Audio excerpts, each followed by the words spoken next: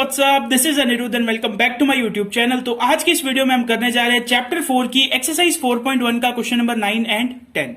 तो जो स्टूडेंट इस चैनल पे पहली बार विजिट कर रहे हैं उन्हें मैं बता दूं कि इस चैनल पे हम क्लास 11th का कंप्लीट मैथ का कोर्स कर रहे हैं। अगर आपको क्लास 11th मैथ का कंप्लीट कोर्स करना है तो आप इस चैनल को सब्सक्राइब कर सकते हैं।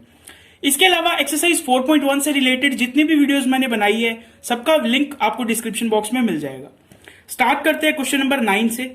क्वेश्चन नंबर 9 में हमें प्रूव करना है 1/2 plus 1/4 plus 1/8 and so on till 1/2 raise to power n is equals to 1 minus 1 divide by 2 raise to power n। तो इस स्टेटमेंट को हमें क्या करना है, ट्रू प्रूव करना है by using principal of mathematical induction. जैसा कि आपको पता है चैप्टर 4 का नाम क्या है, प्रिंसिपल ऑफ मैथमेटिकल इंडक्शन यानी पीएमआई। तो पीएमआई को करने के 4 स्टेप्स होते हैं। स्टेप 1 क्या है, सबसे पहले हमें एक प्रिंसिपल स्टेटमेंट Pn अज्यूम करनी होती है। सेकंड स्टेप, हमें P1 की वैल्यू फाइंड करनी होती है और उसे ट्रू प्रूफ करना होता है by LHS is equals to RHS। Third step में हमें एक स्टेटमेंट Pk अज्यूम करनी होती है जो कि पहले से ट्रू है। और स्टेप 4 में हमें क्या करना होता है, एक Pk+1 स्टेटमेंट लिखते हैं जिसे हमें ट्रू प्रूफ करना होता है by LHS is equals to RHS। तो स्टेप 1 से स्टार्ट करते हैं। स्टेप 1 क्या है, एक स्टेटमेंट एज्यूम करनी है। तो लिखेंगे let the statement be Pn और Pn कॉलन, ये जो पूरा हमें क्वेश्चन दिया हुआ है इसे एज इट इज लिख लेंगे। 1/2 plus 1/4 plus 1/8 plus so on plus 1 divide by 2 raise to power n is equals to 1 minus 1 divide by 2 raise to power n। यहां तक आपको चीज समझ में आ गई। अब सेकंड स्टेप क्या है, सेकंड स्टेप में हमें P1 की वैल्यू फाइंड करनी है। तो हम लिखेंगे P1 की वैल्यू कैसे फाइंड करेंगे, n की जगह मुझे 1 रखना है। ये जो लेफ्ट हैंड साइड है वहां से मेरे को पहली टर्म उठानी है और राइट हैंड साइड में मुझे n की जगह 1 रखना है। तो यहां से मैंने पहली टर्म उठाई 1/2 इज इक्वल्स टू, इस साइड मैंने n की जगह क्या रखना है 1। तो 1 minus 1 divide by 2 raise to power 1, 2 raise to power 1 यानी 2। तो 1/2 इज इक्वल्स टू 1 माइनस 1/2। जब आप 1 में से हाफ माइनस करोगे तो आपके पास क्या बचेगा, हाफ। तो half is equals to half. तो ये बिल्कुल ट्रू है। LHS is equals to RHS है। तो हम क्या लिखेंगे, सो P1 इज ट्रू। अब हम चलेंगे स्टेप 3 पे। स्टेप 3 था एक Pk स्टेटमेंट को हमें अज्यूम करना है। लिखेंगे let Pk is also true. Pk statement को कैसे लिखेंगे, ये जो Pn स्टेटमेंट दी हुई है इसमें मुझे सिर्फ n की जगह k रखना है। इसे मुझे लेट करना है इक्वेशन 1।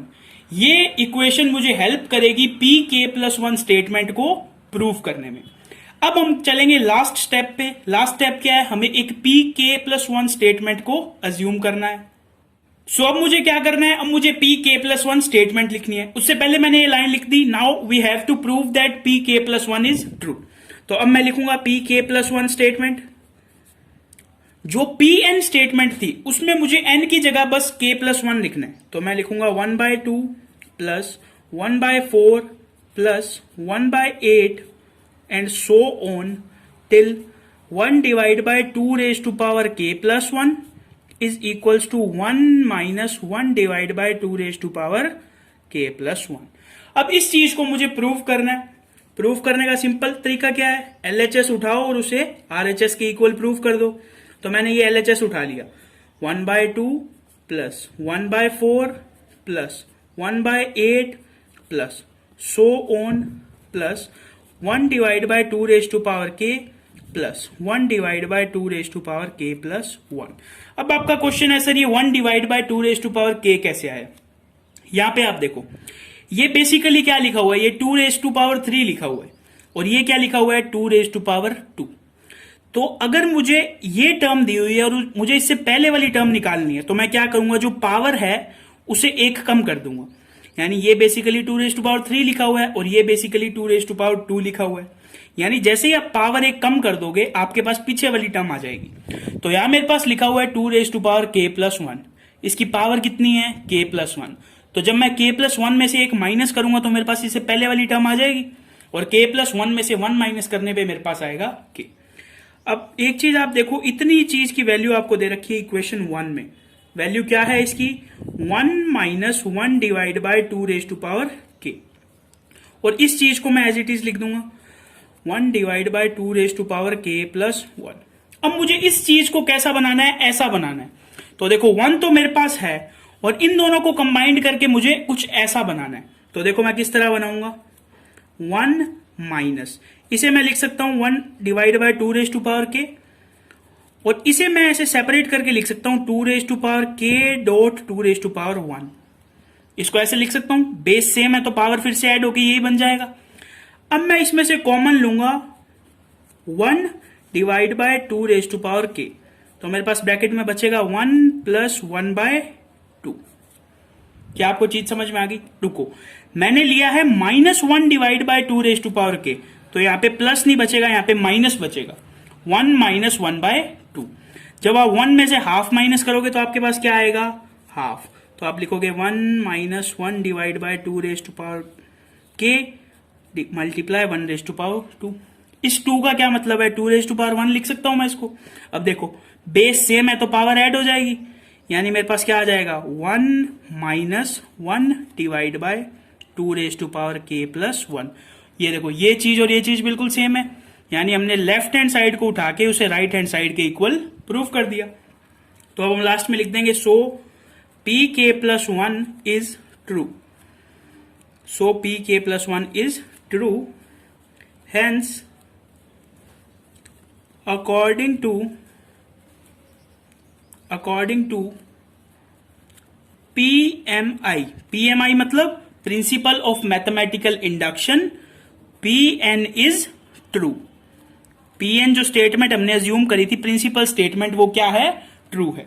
इसी के साथ ये कंप्लीट होता है हमारा क्वेश्चन नंबर 9। अब हम चलते हैं क्वेश्चन 10 की तरफ। सो अब आप लोग देखो क्वेश्चन नंबर 10। क्वेश्चन नंबर 10 को भी हमें बिल्कुल simple principal of mathematical induction का यूज करके ट्रू प्रूफ करना है। तो वही 4 स्टेप करेंगे। स्टेप 1 क्या है? आपको एक प्रिंसिपल स्टेटमेंट अज्यूम करनी है।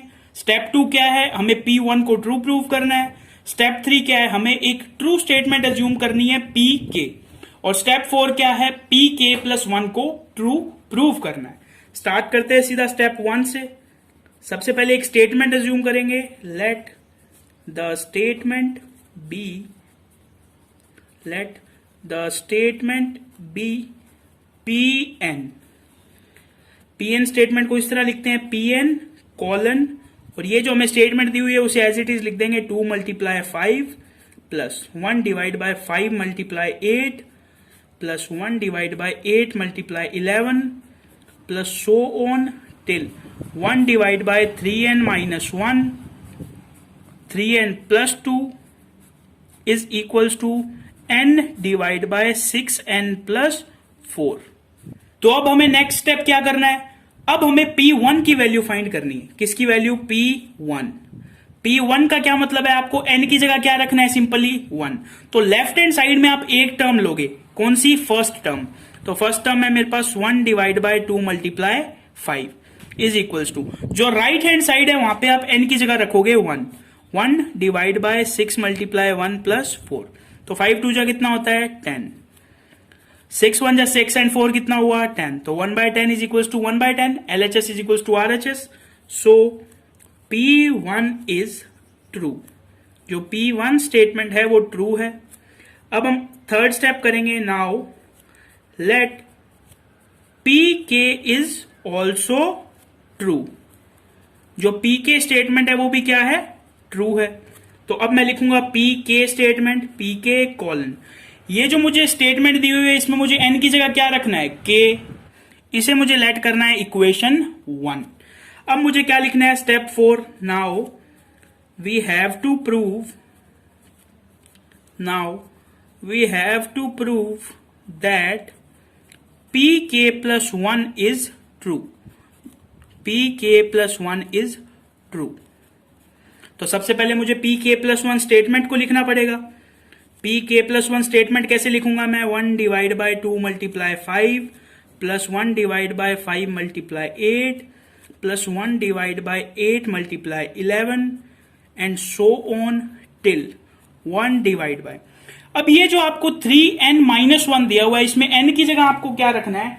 n की जगह आपको रखना है k प्लस 1। तो ये मैं आपको रफ पेज पे रख के बताता हूं।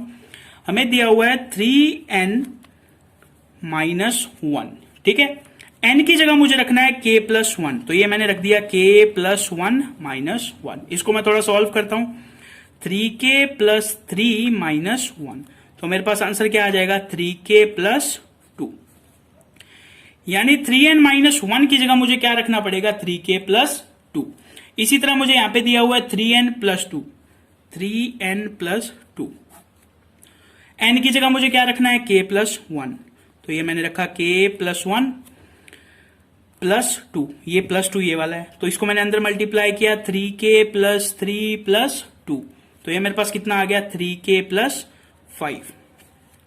यानी मुझे रखना पड़ेगा 3k प्लस 2, 3k प्लस 5, तो ये मैंने लिख दिया 3k plus 2, 3k plus 5 is equals to n की जगह मुझे क्या रखना है?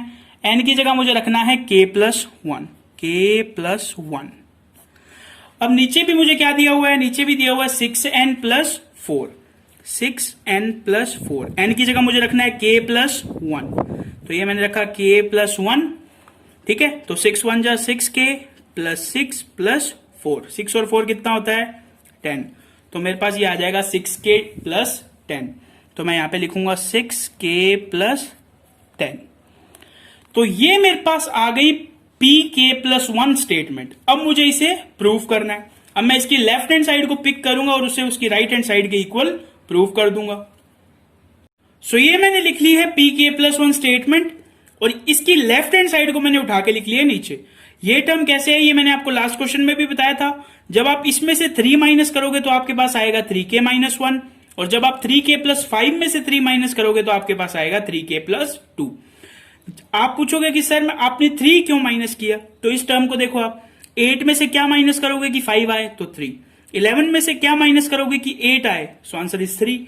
यानी इन दोनों टर्म्स में से जब मैं 3 माइनस कर दूंगा तो ये दोनों टर्म्स आ जाएगी। अब यहां से लेके इतने टर्म की वैल्यू मुझे दे रखी है इक्वेशन 1 में। वैल्यू दे रखी है k divide by 6k plus 4, यही वैल्यू है। और इस चीज को मैं ऐसे ही लिख लेता हूं 1 divide bye 3k plus 2, 3k plus 5। अब गौर से देखना मैं क्या करता हूं।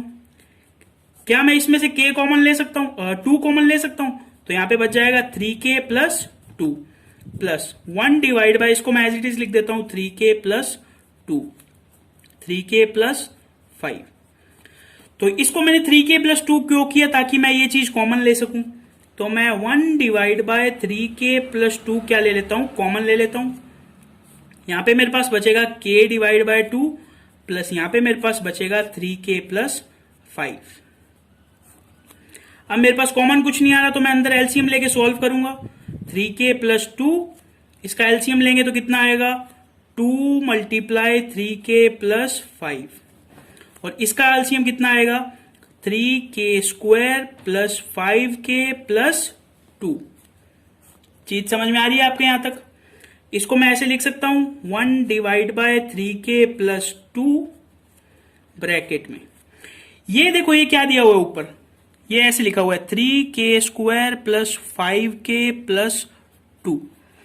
तो आपने क्लास 10th में फैक्टराइजेशन मेथड पढ़ा होगा। इसके फैक्टर करो, क्या करोगे आप? 3 and 2 करोगे, 3 प्लस 2। ये मैंने कैसे किए? 5k को मैंने 3k प्लस 2k के रूप में लिख सकता हूं, क्योंकि इन दोनों को ऐड करेंगे तब फिर से 5k आ जाएगा। ये फैक्टराइजेशन करते कैसे हैं? आपने क्लास 10th में पढ़ा था कि ऐसे दो नंबर्स जिनका मल्टीप्लाई 6 आए और ऐड करने पे 5 आए, तो ऐसे दो नंबर है 3 and 2। इसको जब मैं आगे सोल्व करूंगा तो आएगा k प्लस 3 कॉमन ले लिया तो इसमें से आ जाएगा 3k कॉमन ले लेंगे, 3k कॉमन ले तो यहाँ पे आएगा k प्लस 1, और यहां से मैं जब 2 कॉमन लूंगा तो मेरे पास आ जाएगा k प्लस 1।